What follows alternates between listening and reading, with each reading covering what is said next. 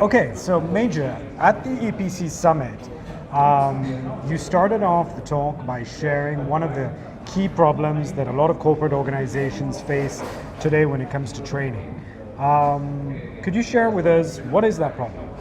Yeah, the essence of my talk was on learning transfer. Yeah, What literally it means is, Roberto, organizations worldwide are willing to invest on training. a huge amount of money. Huge right? amount, as Yeah. I mentioned. You were saying Harvard, Harvard Business Review in 2016 revealed that training investment in 2015 was close to 1.4 trillion ringgit.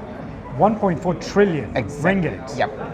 And in 2017, another report on learning transfer revealed only about 10 to 20% of this learning is transferred to workplace performance improvement.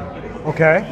Imagine it's almost a trillion ringgit is wasted, and among the main reason is there's no dedicated process, system, or person in charge for managing learning transfer. Absolutely. In most organizations, I mean, but isn't there a training manager? Do most companies have what's known as a training manager? Yes. Let's. I'm sure you've been in training, Roberto. Right. Well, I've been training- trained certainly when I was in corporate organizations. Exactly. Yes, absolutely. So the training manager will be responsible to identify the training needs and conduct the training, Yep. and perhaps conduct what we call as the first level evaluation. Right. Once the trained personnel go back to their workplace, the process of applying what they learned, the research has shown, and I'm sure in our own experience, Yeah. it's sort of no man's land. Yeah. As such, there is no one managing the process of applying the learning. Have you ever heard a job title or anyone responsible for managing learning transfer? No, absolutely not. And so this is the crux of the problem, that there's a massive amount of money that is just being wasted by a very superficial application of knowledge transfer without actually verifying that that knowledge has successfully been transferred. Exactly. Right. As I briefly mentioned in my talk, learning or formal learning, Yeah. it's sort of a seed. Yeah. And in order, what we want is the fruit.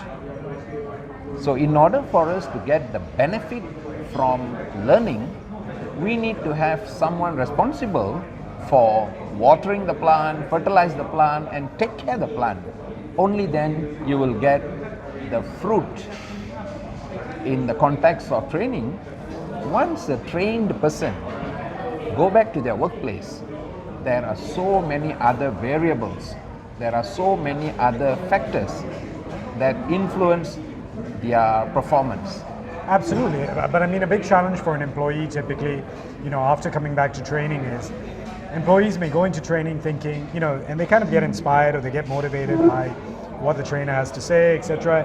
And probably the will is there. Well, for some, the will is there to try and improve.